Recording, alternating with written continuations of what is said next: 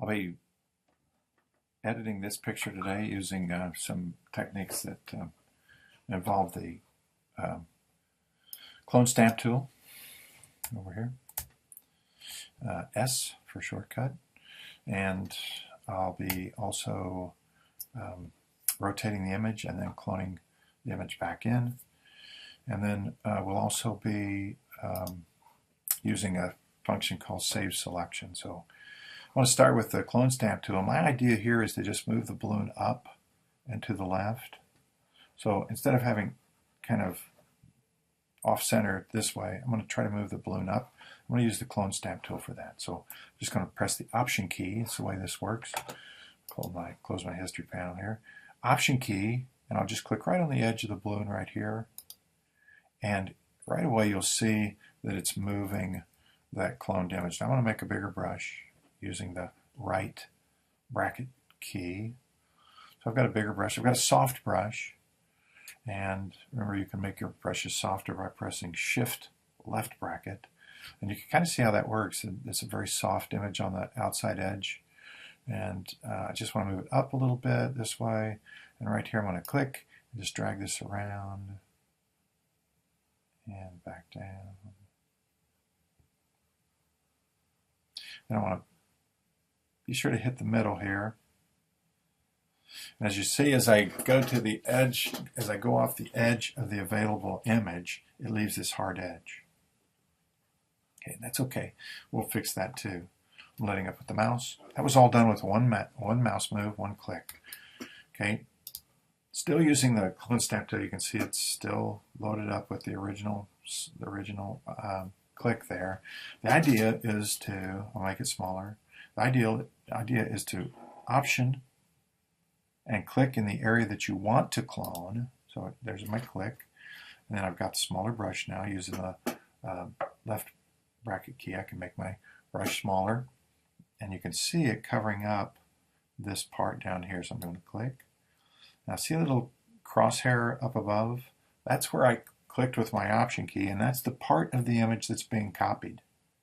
Okay, you have to be careful here, because if I click right here, see that it's copying the gondola. I don't want to do that. I'm going to undo that. It's real easy to accidentally make a new mistake for yourself if you move too far. So always keep your eye on that little crosshair, and you can pretty much clone whatever is really appropriate. Now I'm going to Option click right here. Now that should bring a little bit of cloud detail. If you can look right there real close, I'll zoom in real close, and you can see that it's about to clone some new information here. There's the crosshair cloning over that hard edge. And I've got a little bit of a hard edge over here now that I need to fix. Now once you correct an area, you can actually use it for cloning. So now that this is nice and smooth, I was able to correct underneath the gondola there from way over here. Okay, and you can see it all depends on where you click. If you look as I'm moving my mouse here, you can see that hard edge. That's because my little clone spot is up and to the right of my paste spot. Okay, so you got to be careful. When I Option click right here, when I move my mouse down here and click, now the crosshair is to my left, and makes it pretty easy to fix areas like this. All right, now the cloud goes across here. We actually moved it when we did our original clone there. I'd like to have a little bit more of this cloud to come across here. So I'm going to Option click right here, Option click. Maybe you can hear my mouse click. I'm bringing my mouse over, and when I get to the right spot, I'm just going to click and drag. And now you can see again that little crosshair indicating what part of the image is being copied. And I'm able to kind of patch that in and create a new area of cloud right there. Okay. And here it is, still loaded up with the clone. Just be careful not to click and clone something that you don't want. That little preview helps you to avoid that. I'm going to Option click here. I'm going to bring some of this blue sky over here and up. And you have to be careful, especially when you're using a soft brush like I'm doing, you can accidentally create new problems. See that? If I were to click right there, I'd be cloning part of the balloon. Okay, so that's again because the crosshair is over here. The cloning area is from over here. So I want to option click, like right close by here, maybe make a smaller brush, maybe slightly harder. I'm just going to do a shift right bracket there. And then I'm going to bring this up and I can get rid of a little bit of that. Okay, now I've got new information here that was provided by the clone. Okay, and I can continue to use that maybe. Okay, it's really tight right here, so you got to be extra careful. Maybe go to even smaller brush, a little softer maybe. Option and click right here, and I can bring this over like this without accidentally cloning the balloon. And maybe go on up this way,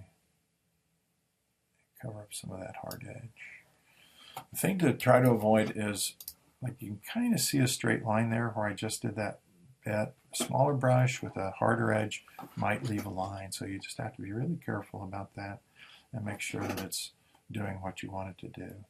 I'll click here and see if I can get rid of this, and then I'll click again and see if I can get rid of this. Each time it's cloning from that little crosshair that you see when I press down the mouse button. Okay, kind of hard to see here, but I'm starting to see a repeat. If you look, there's a little cloud there, a little cloud there, a little cloud there. Sometimes when I'm having trouble like getting exactly the effect that I want, let me just zoom out. There's another tool that I use called a smudge tool. So I want to smudge some of this and just kind of blend that together so that I don't see those repeats. Be careful with the smudge. You can make it look kind of plastic or fake. I want to go back to my clone stamp tool.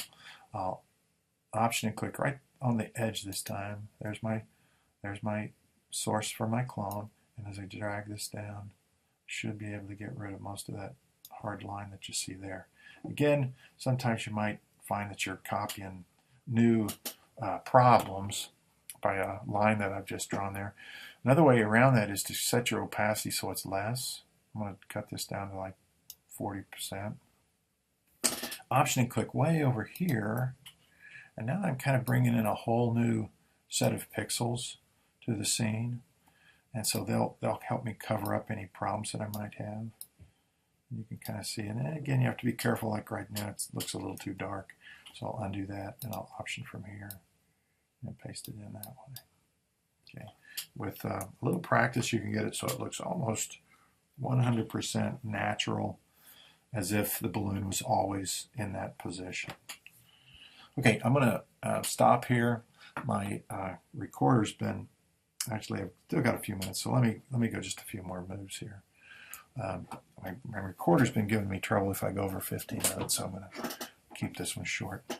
Okay, I'm going to press Command J and make a copy of that. So working a little differently than we have in the past, I edited the photo first, and then I created the extra layer for our before and after. I'll go to my crop tool, make sure my colors are default. Remember, you can just press a D there.